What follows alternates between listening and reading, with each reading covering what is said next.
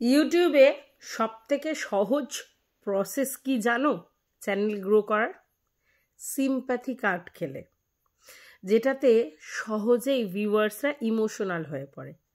ভিউয়ার্সরা তো ভালোবেসেই আমাদের চ্যানেল দেখে, ইমোশনাল হয়েই তো আমাদের চ্যানেল দেখে। কিন্তু তার মধ্যে আমরা যারা কন্ট্রোভার্সি করি তাদের কথার যুক্তি, তর্ক এগুলো বিচার বিবেচনা করে। কিন্তু যারা ব্লগার তারা যদি একটু সিম্প্যাথি গ্রো করাতে পারে, যদি ইমোশনাল ফুল বানাতে পারে, তাহলে খুব সহজে তাদের চ্যানেল প্রমোট হয়ে যায়। আমরা এর আগে নিবেদিতার ব্যাপারটা কিন্তু দেখেছিলাম, যেখানে নিবেদিতাকে বলির বখরা করে তার হাজব্যান্ড প্রচুর ভিউজ কামিয়েছিল এবং শোনা যায় যে অনেক টাকা পয়সাও অনেক জায়গা থেকে পেয়েছিল। ওই সবাই নিবেদিতাকে ভালোবেসে ফেলেছিল, তার অসুস্থতার জন্য সবার মনের মধ্যে একটা সফট কর্নার ছিল, সবাই ওর কষ্টটা দেখে খুব কষ্ট পাচ্ছিল, আর ওই স্বামী ওকে যত্ন করছিল, তার জন্য তাকে খুব ভালো বলেছিল। আমরা দু একজন বলেছিলাম আসল সত্যিটা কি। পরবর্তীকালে সবটা সবার জানা, যে কিভাবে চিটিংবাজ একটা লোক তার বউয়ের সাথে কি বিহেভিয়ার করে কিভাবে টাকা তুলে এখন উড়ু উড়ু করছে। যদিও এখন আর তাকে খুঁজে পাওয়া যায় না, কিন্তু তোমরা সবটাই জানো। সেম প্রসেস এই বৃষ্টি আর এই প্রীতমের ক্ষেত্রে হচ্ছে, সেম প্রসেস। এই প্রীতমটা হচ্ছে মহা তেদরা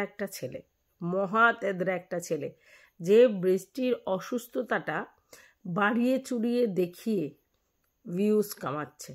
বুঝতে পারছো? এখন অনেক তথ্য উঠে আসছে, অনেক কিছু জানতে পারছি। আমি অনেক দিন ধরেই এদের চ্যানেলটা দেখছি, যবে থেকে আমাকে আমারই ভিউয়ার্স এসে বলেছিল যে ওদের নিয়ে একটা ভিডিও করো, ওদের চ্যানেলটা একটুখানি যাতে সবাই দেখে জানে। তো এখন জানো প্রায় 1.88 প্রায় 2 লাখের কাছাকাছি ওদের চ্যানেলের সাবস্ক্রাইবার বেড়ে গেছে, আর প্রচুর ভিউজ হচ্ছে। সবাই সিম্প্যাথিক্যাল গ্রাউন্ডে ওদের দেখছে। এবং এখানে সত্যি আমরা সবাই চাই যে বৃষ্টি খুব তাড়াতাড়ি সুস্থ হয়ে উঠুক, ওর যাই হয়েছে যেটাই হয়েছে সেটা যেন ও রিকভারি করতে পারে। কিন্তু যতটা না হয়েছে তার থেকে অনেক বেশি নাটক করে, শো করে, অনেক বেশি থাম্বনেলে উল্টোপাল্টা জিনিস চিপকে প্রীতম দেখাচ্ছে, এবং এটা পুরোটাই প্রীতমেরই চালাকি, এটা তোমাদেরকে বলতে পারি। আর ছেলেটি প্রচণ্ড অহংকারী, উদ্ধত অলসো, সবসময় ভিউয়ার্সদেরকে কমেন্টের মাধ্যমে, এই ভিডিওর মাধ্যমে কমেন্টের উত্তর দেয় খুবই অ্যাডামেন্টভাবে। ঠিক আছে? যেই ভিউয়ার্সরা তাকে তার চ্যানেল দেখে প্রমোট করছে বা তার চ্যানেলে সবাইকে বলে বলে বেড়াচ্ছে যে বৃষ্টির পাশে এসে দাঁড়াও, সেই ভিউয়ার্সদেরকে এই প্রীতম কি বলবো, যা খুশি তাই বলে আর কি। তো চলো, welcome back to my channel. আশা করছি তোমরা সবাই খুব ভালো আছো, আর আমিও খুব ভালো আছি। নতুন একটা ভিডিওর সাথে আমি রুনা লাইফস্টাইল থেকে আজকের বৃষ্টি প্রীতমকে নিয়ে কথা বলবো। অনেক কিছু শুনতে পাচ্ছি, অনেকে বলছে আদৌ বৃষ্টি আর তার হাজব্যান্ডের ডিভোর্স হয়নি। তাহলে যদি আগের হাজব্যান্ডের সঙ্গে বৃষ্টির ডিভোর্স না হয়ে থাকে, তাহলে প্রীতমের সঙ্গে বৃষ্টির কি করে লিগালি রেজিস্ট্রি করে বিয়ে হয়? তাহলে সেটা তো ফ্রড, এটা বুঝতে পারছো? আচ্ছা, তারপরে তোমরা শুনেছো সারাক্ষণ যে বৃষ্টির হাজব্যান্ডের নামে বৃষ্টি সারাক্ষণ বলে এসেছে সেই ভদ্রলোক আমাকে এই করতো, ওই করতো, অত্যাচার করতো, মারতো, ধরতো, হ্যানা করতো, ত্যানা করতো, প্রচুর শুনেছো। ওই তরফের থেকে কিন্তু কোনো কিছু শোনোনি, শুধু বৃষ্টির কাছ থেকে শুনেছো, তাই তো? সেকেন্ড কিছু কিন্তু তোমরা শোনোনি, বৃষ্টির কাছ থেকে শুনেছো, অপোনেন্টে যে আছে তার কাছ থেকে কিছু শোনোনি, ওদিকের ফ্যামিলির কারোর কাছ থেকে তোমরা কিন্তু কিছু শোনোনি। তার একতরফা শুনে বিচার করেছো। আচ্ছা, বৃষ্টির হাজব্যান্ড এত মারতো ধরতো, অথচ কলকাতার মতো শহরে অত সুন্দর একটা ফ্ল্যাট জোগাড় করে দিয়েছিল, ফুল ফার্নিশড। হ্যাঁ, এটাও জানো তোমরা যে ওইটা বৃষ্টি বলেছিল যে 10 বছরের প্রচেষ্টায় এরকম করা হয়েছে। কিন্তু ওটা যদি বৃষ্টি করতো তাহলে বৃষ্টি কি ওটা ছেড়ে চলে আসতো? না, ওই ফ্ল্যাটটা বৃষ্টির হাজব্যান্ডের, তার জন্যই বৃষ্টিকে চলে আসতে হয়েছে। আচ্ছা, এইবার তোমাদের মাথার মধ্যে নিশ্চয়ই প্রশ্ন জাগে যে বৃষ্টি এই প্রীতমের সঙ্গে যখন বিয়ে করলো তারপর এত দূরে চলে গেল কেন, মানে শিলিগুড়ি চলে গেল কেন? এটা নিশ্চয়ই প্রশ্ন জাগে। হ্যাঁ, জাগার কথাই। তার কারণ হচ্ছে যে এটার পিছনেই অনেক বড় একটা রহস্য লুকিয়ে আছে। তার আগে যেটা শুনেছ যে ওদের দুর্গাপুরেই ওর বাপের বাড়ি এবং কাছাকাছি ওদের শ্বশুরবাড়ি, খুব একটা দূরে নয়। তো সেইখান থেকে শিলিগুড়ি কেন চলে যেতে হলো? তার মানে পালিয়ে চলে গেছিল সবার অলক্ষ্যে, তাই তো? আচ্ছা, এইবার সব থেকে কঠিন একটা খবর তোমরা পেয়ে অবাক হয়ে যাবে যে এই যে প্রীতম, এ কিন্তু বৃষ্টির মানে খুব বরের খুব ক্লোজ একজন, যতদূর সম্ভব খুড়তুতো ভাই, মানে বৃষ্টির খুড়তুতো দেওর। তাহলে এই খুড়তুতো দেওরের সঙ্গে বিয়ের পরপরই কোনো রিলেশন ছিল কি না এটা নিয়ে তোমরা অ্যাসিওর হতে পারবে? আর কেনই বৃষ্টির বর বৃষ্টির উপর অত্যাচার করতো সেটাও তোমরা অ্যাসিওর হতে পারবে? পারবে না, কারণ আমরা একতরফা কথা শুনছি। তার মানে প্রীতম ওই ফ্যামিলিরই ছেলে যেই ফ্যামিলিতে বৃষ্টির বিয়ে হয়েছিল। বৃষ্টির হাজব্যান্ডের সঙ্গে বৃষ্টির সম্পর্ক ভালো ছিল না, আর ঠিক সেই সুযোগটা প্রীতম নিয়েছিল। আর প্রীতম আমার মনে হয় ওই পরকীয়ার রিলেশনে আবদ্ধ হয়েছিল, আর যার জন্য কিনা বৃষ্টির বর বৃষ্টির উপরে একটু টর্চার করতো। ঠিক আছে, আজকের লোকটাকে সমানে বলা হয় সে মেরে এই করে দিয়েছে, সে মেরে ওই করে দিয়েছে, তার জন্য শরীর খারাপ, তার জন্য অমুক, তার জন্য। আচ্ছা, তোমরা নিজেরা বলো তো, 10 বছর আগে যা অত্যাচার করেছে তার এই এখন 10 বছর পর এসে দাঁড়ায়? এসব ফালতু কথা না। কেউ কেউ বলছে ওর সেরিব্রাল থ্রম্বোসিস হয়েছে, জানি না এটা সত্যি কিনা। এবার কথাটা হচ্ছে, যেই রোগ দেখিয়ে বা বলে ভিউয়ার্সদের থেকে টাকা তুলছে, সেই মানে ভিউজ তুলছে, টাকা তুলছে মানে ভিউজ তুলছে, সেখান থেকে রেভিনিউ কামাই করছে। তাহলে সেই ভিউয়ার্সরা ভিডিওতে ভিউজ দিচ্ছে বলেই তো টাকা ইনকাম হচ্ছে। তাহলে তাদের কাছে রোগটা কেন ক্ল্যারিফাই করছে না এটা বলো তো? সবাই তো জিজ্ঞাসা করছে যে ওর কি হয়েছে সেটা বলছে, শুধু ওর কি সিমটম সেগুলো বলছে। বলছে চোখ থেকে ব্লাড পড়ছে, চোখ অন্ধ হয়ে যাবে। চোখের মধ্যে একটা তোমার ঢাকা দিয়ে ভিডিও করলো, কান্নাকাটি হলো, অনেক কিছু হলো। তারপর দেখা যাচ্ছে বৃষ্টি উঠে রান্না করছে, বৃষ্টি উঠে রান্না করছে, হাত নাড়ছে। বৃষ্টির সমস্ত কাজ করা বারণ, অথচ ও গৃহপ্রবেশ করে রান্না করে দেখাচ্ছে।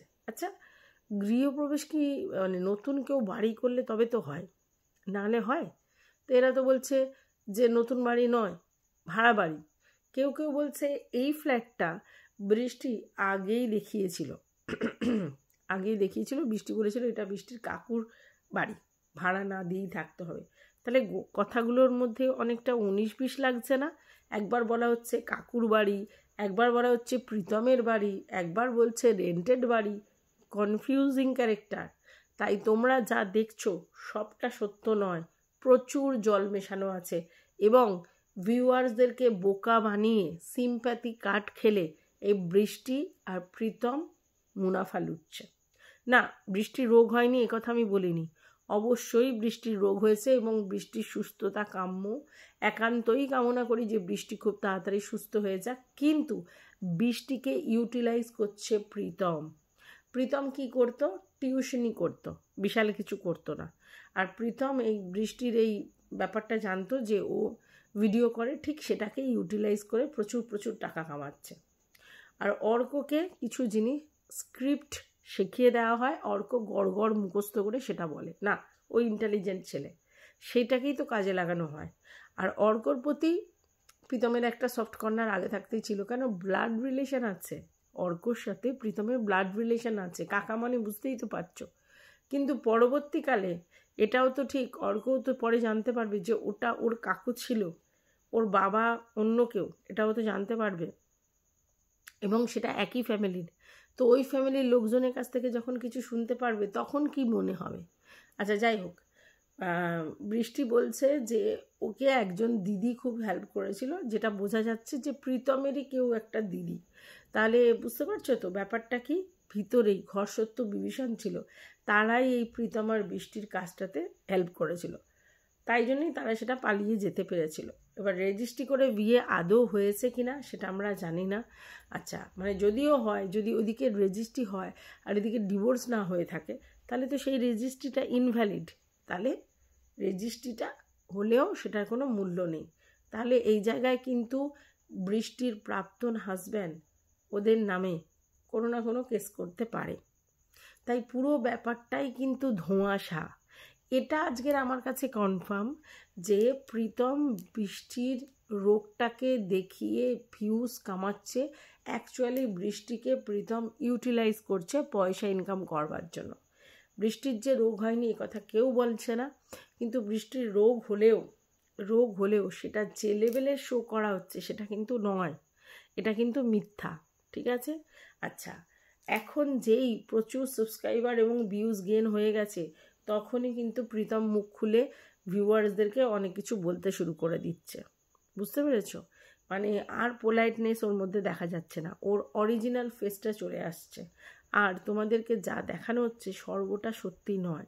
আচ্ছা, সব সময় একটা আননোন পারসন যাকে আমরা দেখিনি সেই লোকটার নামে সমস্ত দোষ চাপিয়ে দেওয়া হচ্ছে।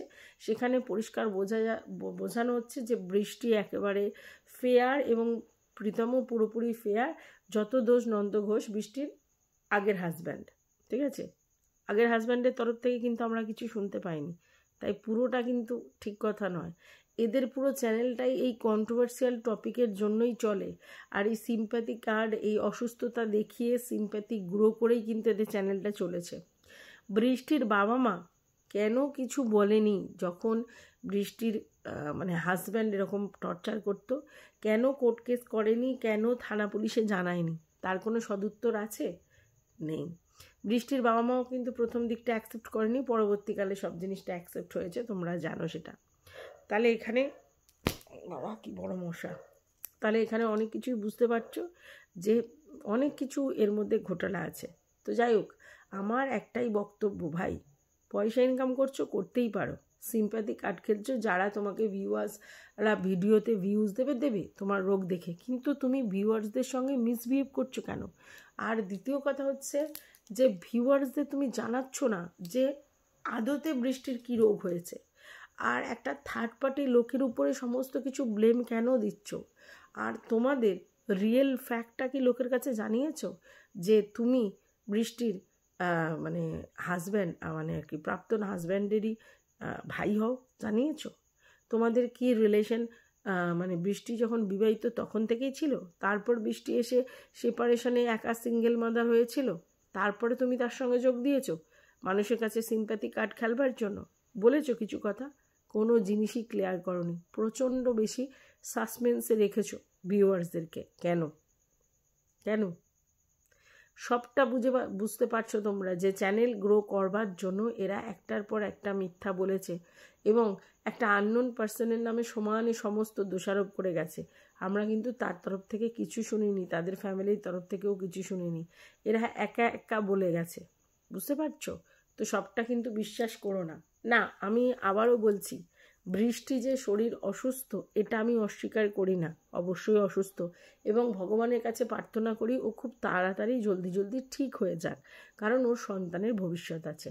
কিন্তু প্রীতম যে ওকে ইউটিলাইজ করছে এটা কিন্তু আমি বুঝতে পেরেছি, পুরো নিবেদিতার মতো। নিবেদিতা অন্য জায়গা থেকে অন্য জায়গায় চলে গেছিলো, কিন্তু এও ঠিক সেম কাজটা করছে। নিবেদিতার ছেলে মানে বরকে যেরকম বিশ্বাস করা যায় না, তেমনি প্রীতমকেও বিশ্বাস করা যায় না। আমি তো বিশ্বাস করতে পারছি না, এই ছেলেটাকে আমার একদমই সুবিধার মনে হচ্ছে না, একদমই না। কারণ এর যে বিহেভিয়ার এবং ভিউয়ারদের সঙ্গে যে উদ্ধত্তনেসটা দেখাচ্ছে, হারগিজ বিশ্বাসযোগ্য না। আর সবটা ভেরি ক্লিয়ার করে বলছেই না। কারোর যদি চোখ ফেটে রক্ত বেরোয় বা এরকম হয়ে যায়, তারপরে এরকম করতে পারে? বৃষ্টিকে ন্যাড়া করে দিল কেন? না, চুলটা ওর উঠে যাচ্ছিল। এখন দেখো, চুল ওঠা অনেক রকম কারণেই হয়, অনেক রোগের কারণেই হতে পারে। বৃষ্টির অনেক রকম রোগ আছে, তো সেই কারণেও হতে পারে। তো সামনেটা প্রথম দিন যেটা দেখিয়েছিল ওটা কিন্তু চুল উঠে যাওয়া ছিল না, ওটা রেজার দিয়ে কামিয়েছিল, উপরটা সামনের পোর্শনটা রেজার দিয়ে কামিয়েছিল, তারপরে আবার সেটাকে পুরোটা কামিয়ে দিয়েছে। মানে এরা চ্যানেলের ভিউজের জন্য, দেখানোর জন্য প্রচণ্ড নাটক করে যাচ্ছে। ওটাকে চুল ওঠা বলে না, যেটা সামনে হয়েছিল। আমাদের দেখো চুল উঠে গিয়ে ফাঁকা, এটা কিন্তু রেজার দিয়ে টানা নয়, সবাই বুঝতে পারবে এগুলো ফাঁকা হয়ে গেছে, কিন্তু ওর সেটা হয়নি। ওর পরিষ্কার বোঝা যাচ্ছিল যে সামনের রেজার চালিয়েছিল। ঠিক আছে, অতএব একদম না, তোমরা ভিডিওতে ভিউজ দাও যাই করো, কিন্তু অরিজিনাল সত্যটা জেনে ভিউজ দাও। ঠিক আছে, আর এই প্রীতমকে আমার মোটেই সুবিধার মনে হচ্ছে না, একদমই না। তো যাই হোক, তোমাদের কার কী মত আমাকে অবশ্যই জানিও। তোমাদের যদি কিছু বলার থাকে কমেন্ট বক্সে জানাবে। আর যদি আমার ভিডিওটার সঙ্গে তোমরা সহমত হও তাহলে অবশ্যই বলো। আর এরপরেও যদি তোমরা বৃষ্টির সম্বন্ধে, প্রীতমের সম্বন্ধে ভিডিও আমার কাছ থেকে এক্সপেক্ট করো তাহলে অবশ্যই করব। টাটা।